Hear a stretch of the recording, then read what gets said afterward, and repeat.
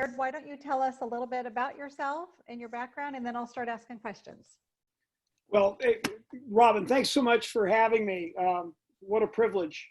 I don't know how well everybody who's on today knows you and your husband, Bob, and your 4 boys, but just if you don't, you are so lucky to have Robin leading the charge with Fieldstone. I'm a huge Sinclair family fan.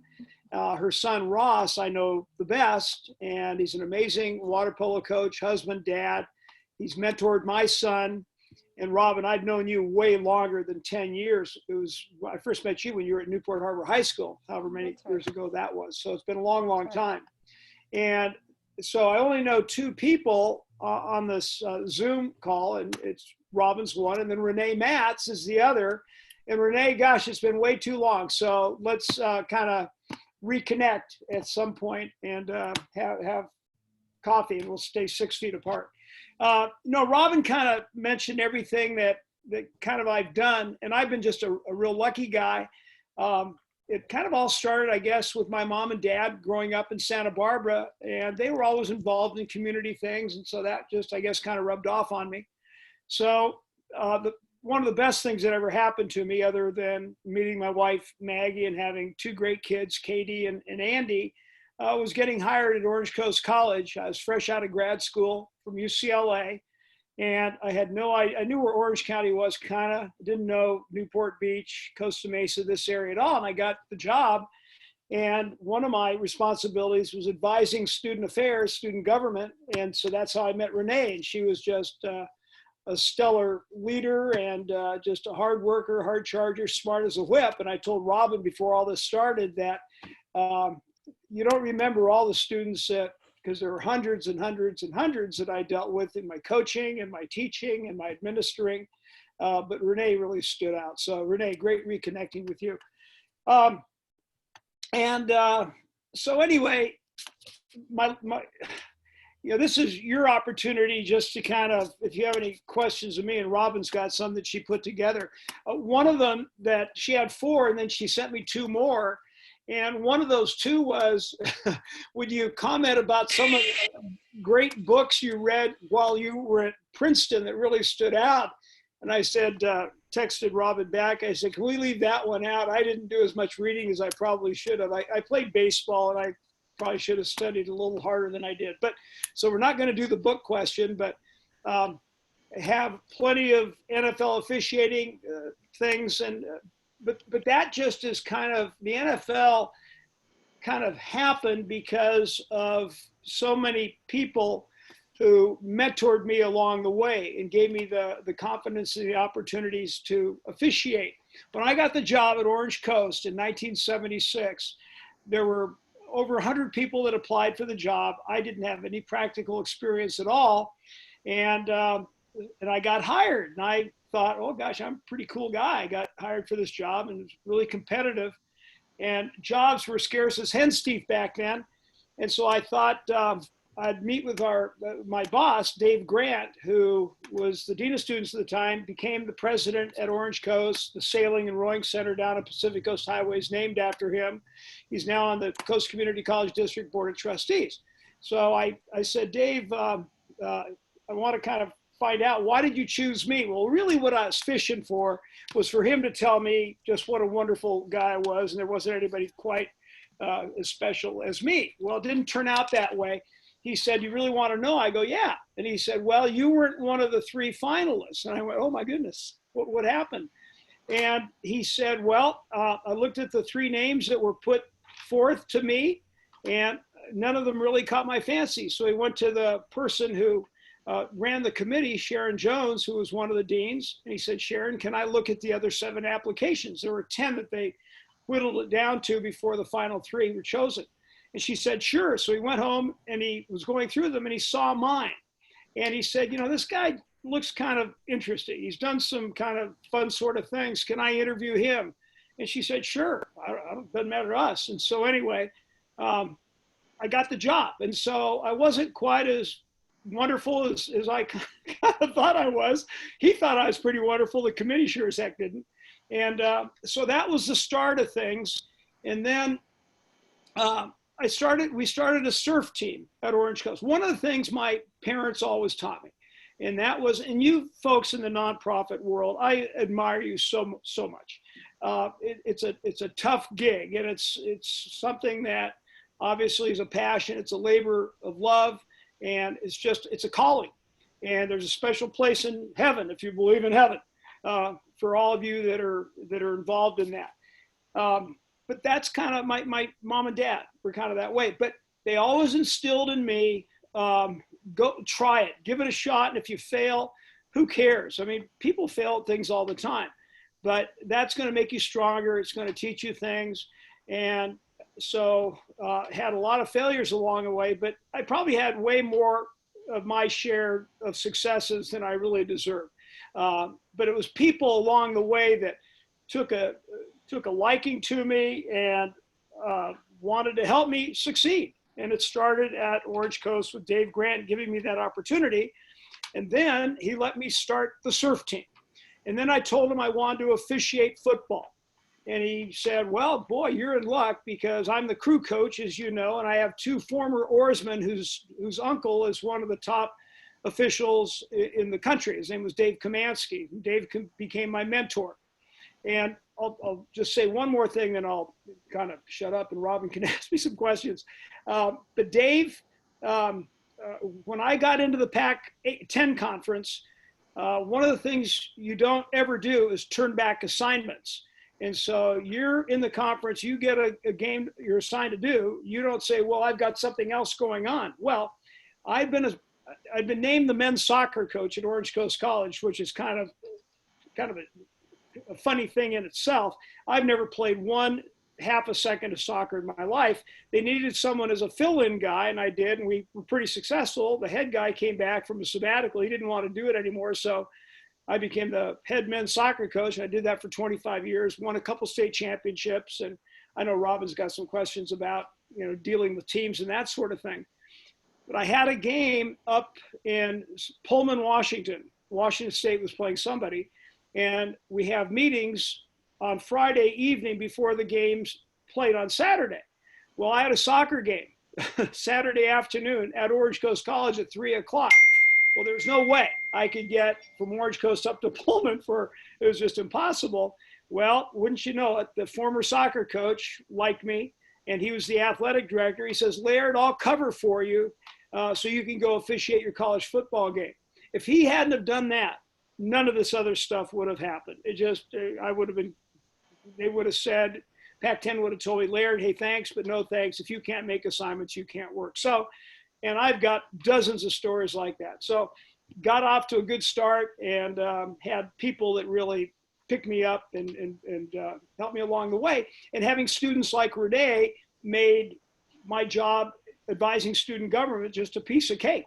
She made it easy. There were a couple challenge students that I dealt with along the way, but Renee certainly wasn't one of those. Anyway, so that's kind of how things got going. And so Robin, do you want to fire away?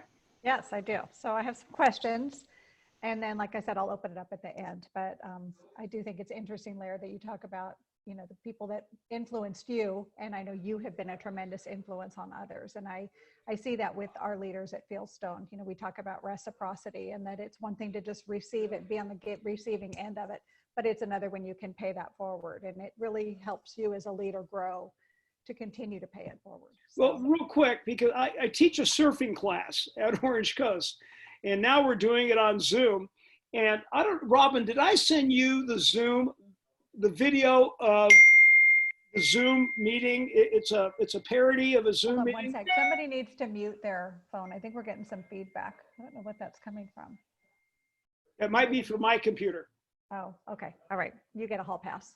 Anyway, I'm going to send you a hilarious video that somebody sent me about a month ago. I'm being inundated with pretty clever things. It's about a typical Zoom meeting. And so, I'm doing that with the surfing class now. But one of the things I try, it's more than just surfing. It's kind of like, this is what you do to try to be successful in life. And that's a really good vehicle that I can use to do that. And so, one of the things I try to tell these students is they've got to teach each other certain things in class. I think if you can teach something to somebody, you've gotten pretty good at whatever it is you're trying to teach. But when you see success, when you teach somebody and the person you're teaching, the feeling you get from that is just amazing. And that paying forward is so important. With my football officiating, it was the older officials that pulled me aside and said, do this, don't do that. And so that's what I do now. I mentor high school, junior varsity officials, young guys that just want to get into it, and to teach them this is the way you do it. You do it to give yourself the best opportunity to succeed. Like anything else, there's a certain skill set you've got to kind of figure out and be taught. And once you got that, then you're kind of well on your way. So anyway, it's that always helping other people. And then they'll be taught that they've got to help people. Maggie and I have tried to do that with our kids. Robin, you've done a great job with Ross because he's been so influential with Andy and always willing to help him in every way that he can. Anyway. Okay, if you keep talking about me, I'm going to mute you. This is not about me. I want to welcome Kevin and Dawn. We have two new leaders that just joined. Does anybody have a Mac that they're working off of? Raise your hand if you have a Mac right now. Yeah, Kevin, I do. Kevin, could you do a screenshot of us and send it? I'm told that if you have a Mac, it's super easy to do a screenshot and text it to Robin Stropko. So everybody look forward, if you can, look at Kevin on the screen. So wait till Laird's looking. Hold on. Laird's talking. Okay, Laird, look at your screen and smile. Kevin's going to take a picture of us for our social media. Glasses off. Smile, everybody. Thank you, Kevin. Perfect. Thank you. Okay, so without further ado, Laird, with regard to your very successful career as an NFL ref, can you tell us how you were able to deal with the strong personalities when a penalty call was in question? Our leaders are often challenged when trying to motivate their team, especially those with strong egos and personalities. Yeah, and I tell you, athletics kind of filled with huge egos, and especially at the professional level. And that was a learning process up until right towards the end. And in the NFL, one of the things they really stress is, we're unlike baseball, where baseball umpires, they start arguing with managers and they're face to face, kicking dirt on each other, that sort of thing. In the NFL, they don't want any confrontation between the head coach and the official. And so, and the coaches understand that. Most of them are really, really good about that. To get to where they've gone through all sorts of steps, and to get to the level to officiate in the NFL, you've gone through kind of similar steps that coaches have gone through. And so I made mistakes with the best of them. I had some great calls, and I had some calls that I went, are you kidding me? How could I do that? And so when I was wrong, I would admit it.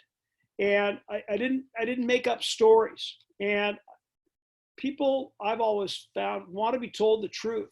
By God, we need the truth now with what's going on worldwide. And we're not always getting the truth. We're getting a lot of falsehoods. And that's not what we need now. We need truth. And so back to the football, if I kicked a call, and that's an expression for screwing one up, and I realized that there's kind of a time period where after a certain amount of time, you can't retract the penalty that you called.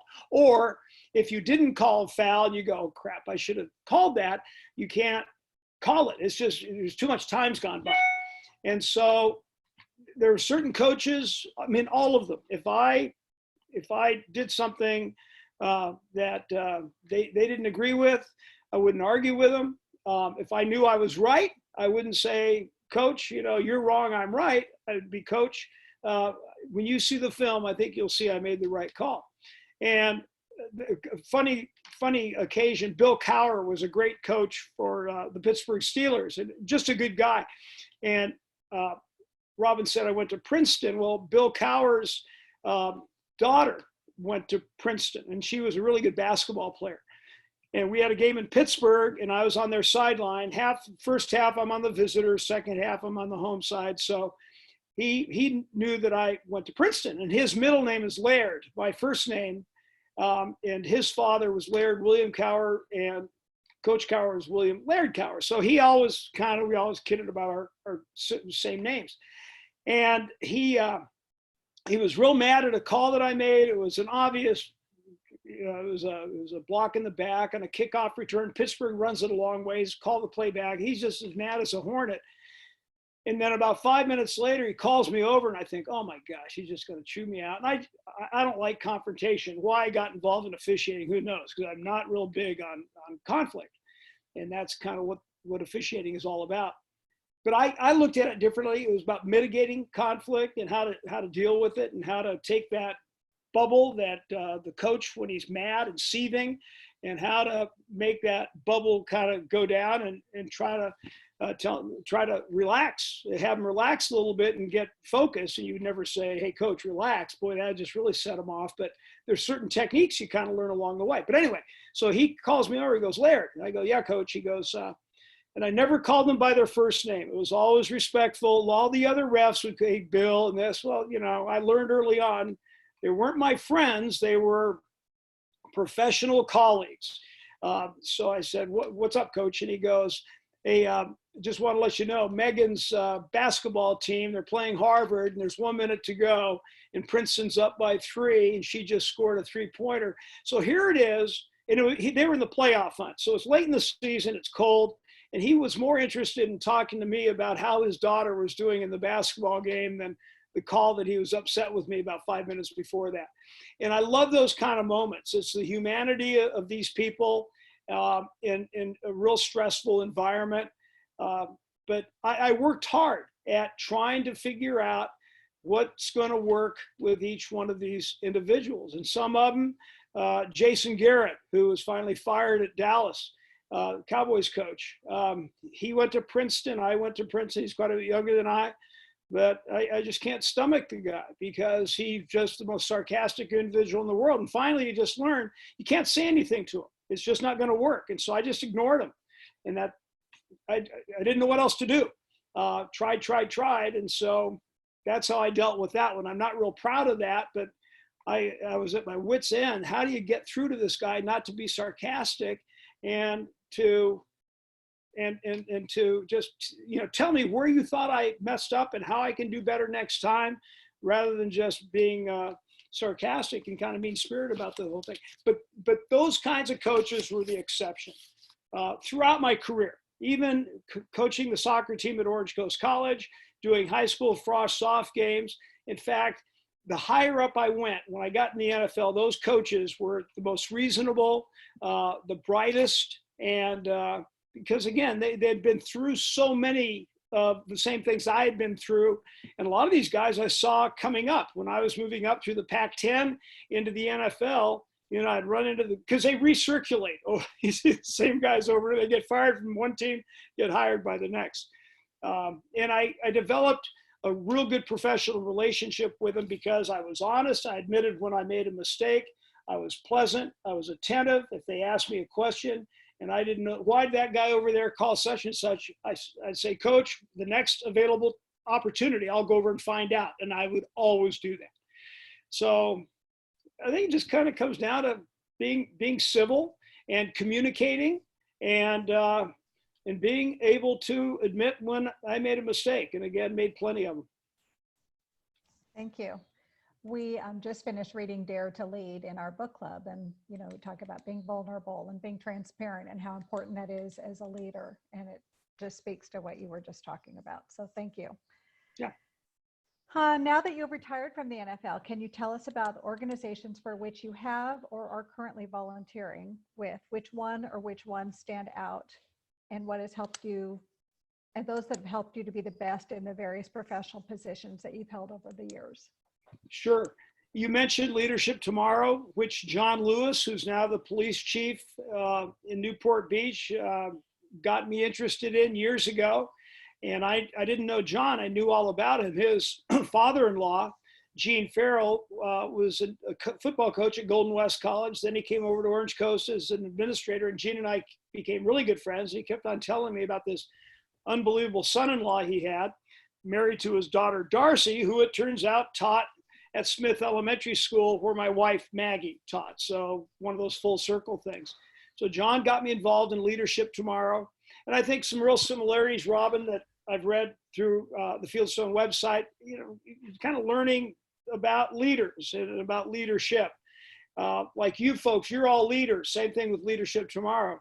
The classes every year are leaders that learn about the cities and the different, and how other leaders deal with things. And so I was a Leadership Tomorrow.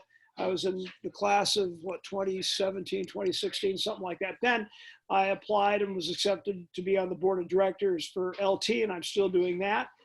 And then I decided, I was reading the city manager's newsletter in Newport Beach, and he mentioned about the Citizens Police Academy for the city. And I thought, God, that'd be kind of a cool thing to do. And I was never a big cop guy. I'd been stopped by him many times. But I thought it'd be kind of interesting, and I absolutely loved it. And during that process, I found out that there's a volunteer in policing program for the city. And so I applied for that and got accepted. And they do a background check, the whole enchilada, which makes sense. You're in the police department wandering around and you see some things. And so they want to make sure that they have fairly upstanding citizens. And every night after a Citizens Police Academy, I'd come home. Maggie, my wife, would be sound asleep. Next morning, I'd tell her how much fun I had. So she and some of her girlfriends did it the next semester. And Maggie said she wanted to become a volunteer policing like me. I said, why is that? She said, so we can go out on patrol together. And I wasn't sure that was going to work out all that great, but it was so much fun. And we go out on Mondays. Now we've been furloughed for about the last 6 or 8 weeks because of the COVID-19 stuff. We'd go out and do our little vacation checks and bebop around the city and had more fun doing that. So that's been just a blast. And then our daughter is on staff at Share Ourselves, SOS, and all you nonprofit folks probably know about SOS here in Costa Mesa. So Katie is on the public relations side, and Maggie volunteers on Wednesdays. Again, she hasn't been lately because we're in that age bracket where we're supposed to kind of not go out and about and as much as you younger folks can. So let's see, I do that. And then I, again, mentor some of these younger football officials, which is an absolute hoot. And I'm on the Parks, Beaches, and Recreation Commission for the city. And I love that. That's really kind of in my wheelhouse because of my background in athletics and Boy Scouts and camping and all that sort of thing. So that's kind of what I do. And I do teach the Orange Coast College surf class. They pay me, but I do it for nothing. It's just so much fun. It's a real privilege to do that. And again, have students from 17, 18 years of age all the way until, gosh darn, I've had an 80-year-old woman took the class years ago. And I'm doing a Zoom class with the surfing because we can't meet down at the beach anymore. So tomorrow or Friday, we've got a great one. Got pretty cool panel, Robin and everybody. So our chief of police, John Lewis, is going to be on. Jeff Boyles, our fire chief. Our mayor, Will O'Neill, who's been just amazing leading the city through all this. And then I've got a student in my class, Rachel McDonald. Her mother, Julie, works for the Orange County Health Agency. So they're going to be my panel. So I want the students to be exposed to what's going on and for them to hear straight from the horse's mouths how these decisions are made. Why do they close down parks? Why does the city do anything? How's that all happen? And how's that coordinated? So looking forward to that. So that's kind of, and then I take a lot of walks with Maggie and Louie, the Wonder Doodle. He's right. I'll show him to you in a second. He's a cool dog. And that's how we spend our time, missing our grandkids. That stinks, but. Great. So. Thank you, Laird. Okay. Yeah. I'll ask you one last question and then I'll open up for Q&A. And if not, we're going to let Laird enjoy the rest of his evening, but. It's not the book question, right? No, I'm not going to. I did read Love Story when I was at Princeton. Because I thought Ally McGraw was kind of cute. See, I'm looking around, everybody's smiling. That's what we needed. We needed smiles on a Wednesday afternoon. So I thought that I like this question a lot. What techniques have you used to motivate your team, motivate your students, motivate the people that you've mentored when and if they've been in last place? And I asked that question because I think a lot of the leaders on this call, it's to some degree, we kind of feel like we're in last place right now. People haven't received their payroll protection funding, donors have dropped off. They might have a golf tournament that was set for May that now they have to cancel. So there's a lot of uncertainty going on. And the reason that I wanted you, Laird, to be on this call today was to really motivate these people and tell them that you're not in last place and you could win. You could win CIF, you could win state, you could win the Super Bowl. So we're looking to you to give us some knowledge and shed some light on that. You mentioned the Super Bowl. So one of the things that NFL officials all strive for in their careers, as soon as you get accepted into the league, you're given a full schedule, you're on a crew. And, so you talk about failures. This really wasn't a failure, but there's 7 officials on the field during an NFL game. And there's a crew chief. He's called the referee. And he wears a white hat. He's the guy that talks on the microphone. Well, after a couple of years in the league, I thought I could do that. I really wanted to do it. So on 2 occasions, 2 consecutive years, I asked my boss, Jerry Seaman, if I could do that. And he had no interest at all in me doing that. And I was disappointed because I think I would have been good at it. I've always tried to push myself a little bit more, back to that whole don't be afraid to fail. But then I look back and I had a young family at the time. Our son Andy had just been born. In fact, he was probably 2 or 3. And my first NFL game was down in Miami. And so in 1995. And so I told him before I left, son, I'm going down to Miami. So when I got back Monday morning, I get back late Sunday night, Monday morning, he says, "Hi, Daddy." I said, "Hi, Andy." He said, "How was your Miami?" So I went to Miami. So he thought, "How was your Miami?" He kind of didn't get the program, but it worked out. Again, I kind of regret that it didn't happen, but at the time it was probably the right thing for me and my family. That was always number one. The officiating was really important, but people said, because they were saying, "Hey, what if you guys go full time at the NFL? You'd have to give up your other job." My other job was Orange Coast College. That would have been the easiest decision in the world. I would not have ever given up Orange Coast College. That was an amazing opportunity I had there. You can make a difference in people's lives, at least you kind of like to think you could, and you can. You don't do that in the NFL. I mean, it was a lot of fun. It was a lot of hard work, a lot of pressure, but really, you got to have officials out there to make sure the games are played fairly and all that. But are you really contributing to making the world a better place? And maybe, I guess you could kind of stretch that out and say, yeah, but I'm not sure how. But in education and nonprofits, what you folks are doing, again, back to what I said, there's a spot in heaven for you. And this thing it's going to end. What the hell? I'm not a scientist, but it's not going to go on forever. And so I think we just got to say, it's like if you've ever kind of had to do any project or remodel a house or something, it's a pain in the ass, but eventually it's going to be over.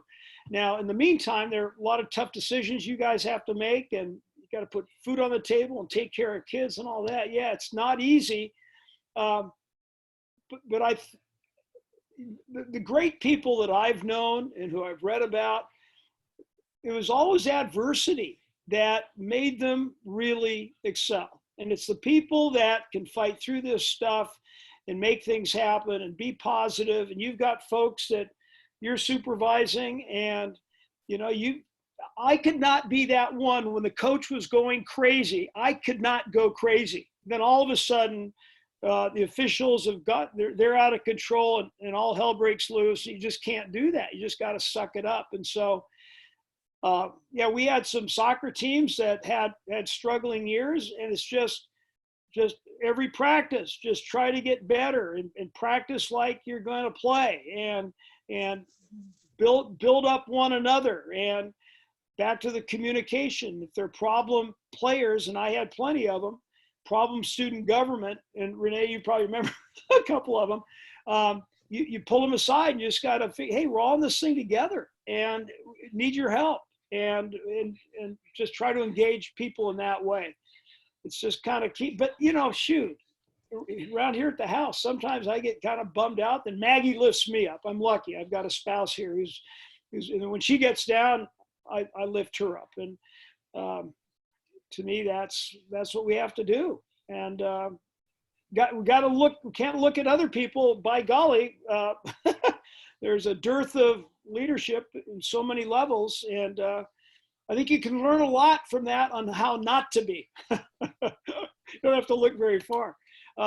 And this is what I'm trying to do as a husband, as a father, and it's hard. I mean, it's hard with my son Andy. You know, he's a lifeguard, and Newport Beach pays fire and lifeguards from all the city taxes, the hotel taxes, and all that stuff's gone. So now he's kind of starting to worry, gosh, am I going to lose my job? And so everybody's got something going on, and I think we just have to keep on plugging away, just one step at a time.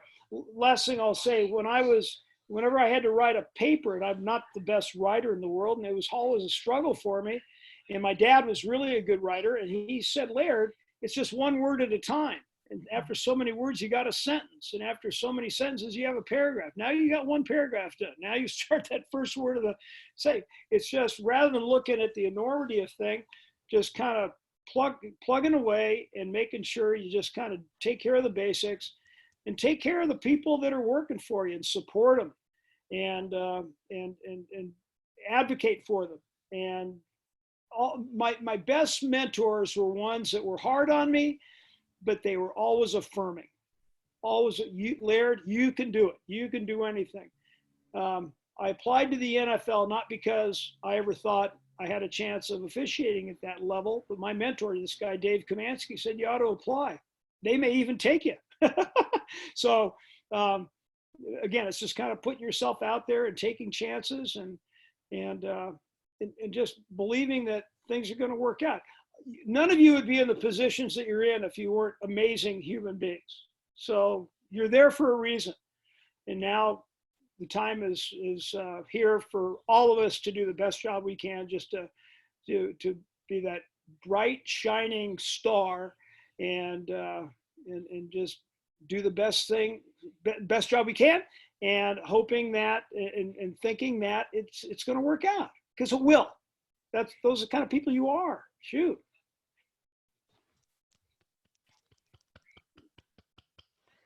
Thank you, Laird. I wrote down so many notes. Practice like you're going to play. Love that. And one word at a time. Love that too. So well, so Robin's son Ross is an amazing coach. I mean, he's incredibly gifted. He took over a program at Newport Harbor High School that he didn't want to take. And I told the principal, Sean Bolton, I said, this is the guy that you need to hire. They should have hired him about 3 or 4 years before, but some things happened that were not Ross's doing. And so Ross did not want to leave Corona Del Mar. He was a highly successful coach of the girls team. He had an Olympian, this gal, Maddie Musselman. And I said, Ross, he says, nope, it's just, I'm not going to do it. And so I told the principal, Sean Bolton, I said, Sean, you got to get this guy. Well, Sean got Ross to come over, and it was a struggle, but it was like one practice at a time, 1 minute of one practice at a time, then 2 minutes and 3. And these last couple of years, they've been in the CIF championship match. They lost tight games to, who the heck they lose to? Harvard Westlake. Harvard Westlake. Oh. The refs screwed them. Those refs. But anyway, so Ross epitomizes that. And he was always hard on the kids, but fair with them, communicated well with them, and just slowly but surely, built that up. So you taught him well. Well, I don't know about that, but Robin Stropko has a question. I have a question for you, and it has to do with football. I'm a huge football fan. And it has nothing to do with what we're talking about, but I have to ask a question. Tom Brady's a cheater. Oh, that goes without saying. What, in all of your experience, who has the best fans? Oh boy, that's a great one. Green Bay, but the best fans, they call them who travels the best. Pittsburgh has amazing fans that travel. Probably Pittsburgh, I would say. You go to any away game, and there are going to be as many Pittsburgh people there as there are home team fans.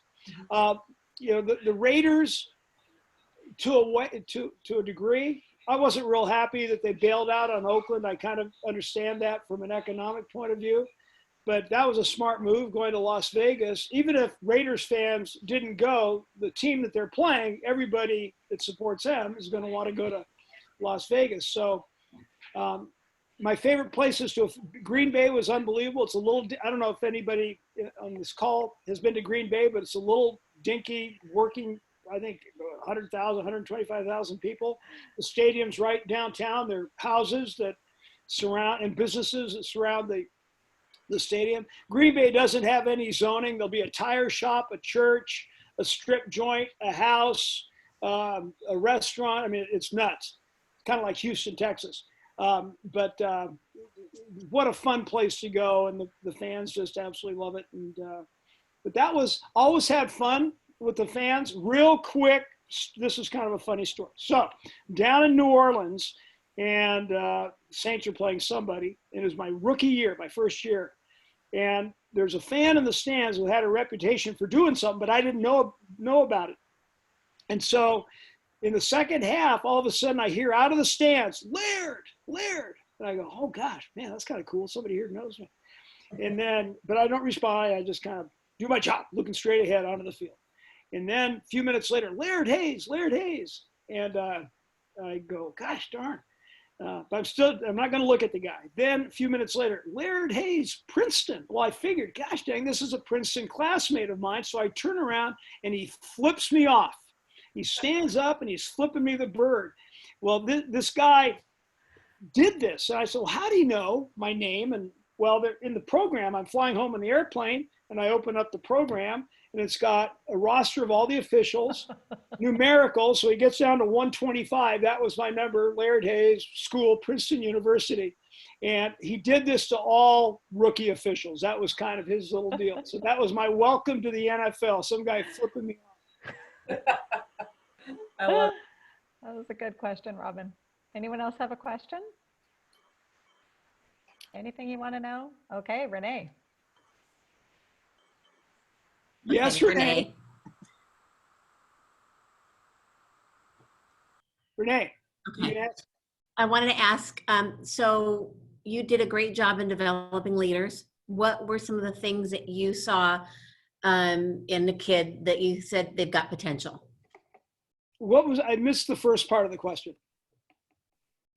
Just what is it that you saw in potential leaders? What were the things that might have, caught your eye to say this kid's going to be a good leader? Well, I'll take you as an example. I'm not just trying to, blow smoke your way, but it's all first of all, you're very bright, and you got along well with everybody. You would ask intelligent questions, and some people love to ask questions, but they're just asking questions to ask questions to kind of who knows why. And when you were given a task to accomplish, you did it. A buddy of mine that I played baseball with in college, he became the CFO of Nabisco Brands and Campbell Soup, the whole deal. And I said, his son played basketball at the University of Pennsylvania. Jeff was a great basketball player. And so he was going to go off and get his first job. And he asked his dad, do you have any advice? And he said, yeah, I've got advice for you, Jeff. The one thing, you want to be a low maintenance employee. You don't want to be that guy that your supervisor is always going to be worried about. Never had to worry about you, Renee. You took initiative. You did stuff. And it's been a long time, so I don't remember specific things, but when Robin said you were going to come on, Robin too, I went, holy cow, I haven't seen or talked to Renee for a long, long time. But that's just how you were. And there were certain, was Debbie Trapp there when you were there? Remember her, Debbie Trapp Camargo? She was another one of those. And then there were the other ones that weren't quite so easy. But I gave those students as much time as I did the ones that were easy, probably more. And that's where it gets tricky. My wife taught third grade in Huntington Beach forever. And, the class size would fluctuate depending on the budget. And she had some challenging students. And if you end up giving one or two students, 75% of your time, and the other 23 getting only 25% of your time divided by 20, you're really kind of shortchanging them. And so what we're doing, what you guys are doing, and what I did officiating, what I did teaching, it's a people business. It's all it is. It's just how to manage people. And so the best, the people that are most skilled at managing people, by having the kind of personality that works with, then are going to be the most successful. But there kind of are, there are exceptions. I saw this thing about Bill Belichick, the coach for the Patriots, and he had the personality of, what do I have? My water jug here. I mean, he's not Mr. Excitement, but boy, has he been successful. And there was a deal about him that I saw as channel surfing today on Sports Center, that he was not, he admits he wasn't the easiest coach to coach for, but the players were always told they knew exactly what his expectations were of them. Now, a little different than what you folks do. What I do as a teacher, you're kind of dealt the hand that you're dealt. And in the nonprofit world, you can't pay people exorbitant salaries. You can't. So a lot of times you're working with kind of whatever you're able to get to a certain degree, right? And so different than pro football. He doesn't like a player. He just doesn't re-sign him. He just, let Brady go. Let Gronkowski left today to go down to Tampa with Brady. A whole different deal, but it still kind of comes down to your leadership style, how you're going to communicate with people, and there's no one way, but it's dealing with everybody as an individual, making sure that everybody feels they have worth and value.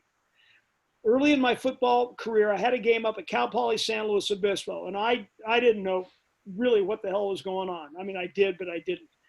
And the referee just totally discounted me throughout the game. He never took any of the spots. So when a ball carrier was tackled, I'd have the spot. He always looked at the other guy. He purposely left me out of the loop. And I thought, gosh darn, isn't that wonderful? And I never had any respect for that guy after that. He never amounted to anything as an official, but why would you do that? I'm a young guy, and you want to affirm people. You don't want to tear them down. And so again, the favorite people I've worked for, that I've officiated with, were always building me up, a lot of times when I probably didn't deserve it. So anyway, Renee, to answer just kind of a long-winded answer, but you just kind of spot people that are bright, ambitious, and they're curious, and they want to succeed. They want to be good at what they want, what they want to be good at. And you just said build up the people that you lead. And Laird, you have built all of us up. So I see, like I said, I see smiles, I see nods, I see great chats, people talking about cheaters, and that, Farrell said, if you're not cheating, you're not trying. And That's my brother. so you have given us that too. You've given us an hour where we haven't thought about our worries. We haven't thought about our problems. You've given us some time to just really reflect on the people that we lead and what kind of leaders we are. And I just thank you for your time and for your energy, and for you to be able to recall students' names and the examples from that many years ago with all the students that you've had is so impressive. And I think all of us can speak to teachers that we've had and leaders that we have had, and you are the ultimate coach and the ultimate cheerleader and the ultimate motivator. And I couldn't think of anyone better to lead us on this call. And I'm just so grateful for your time. And I'm thankful to all of you for jumping on the call. And if there aren't any other questions of Laird, feel free to email me. I want to let you go at 5 because that's what we promised. But if you have other questions, you can email and I can get them to Laird. Anybody have anything burning? Hey, you have my contact information? Yeah, give me a shout. You can unmute yourself. Somewhere I do, but I want to say something really. I want to say something really quick because it's something that I've heard this week that I really didn't think about, and then I know I should have. When you're leading, or when you're in society or whatever, everybody wants to say we're all in the same boat because we're all having to social distance and stuff like that.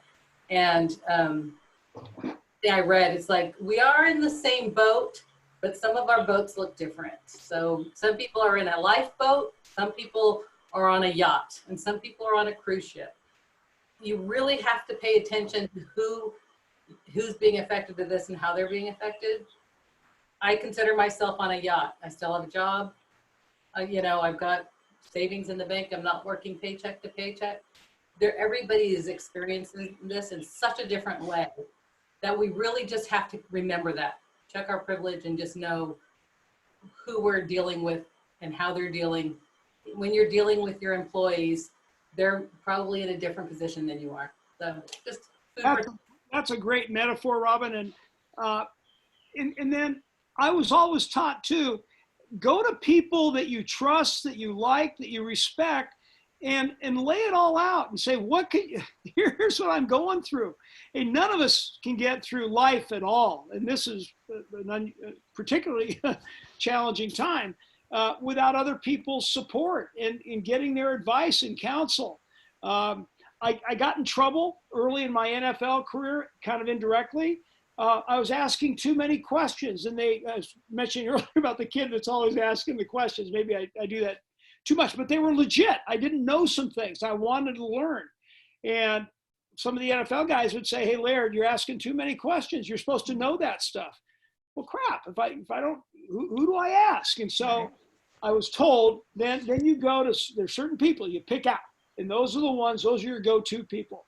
So my advice always is go to folks that you care about, you respect, that can relate and help you through these times. And then you'll do it for somebody else. And it just kind of becomes a real contagious, symbiotic type of deal. But before I left, I wanted to introduce you to Louie. Louie the Wonder Doodle. Yeah. Love it. But Ray, Robin, thank you for having me. This was a treat. Renee, give me a shout.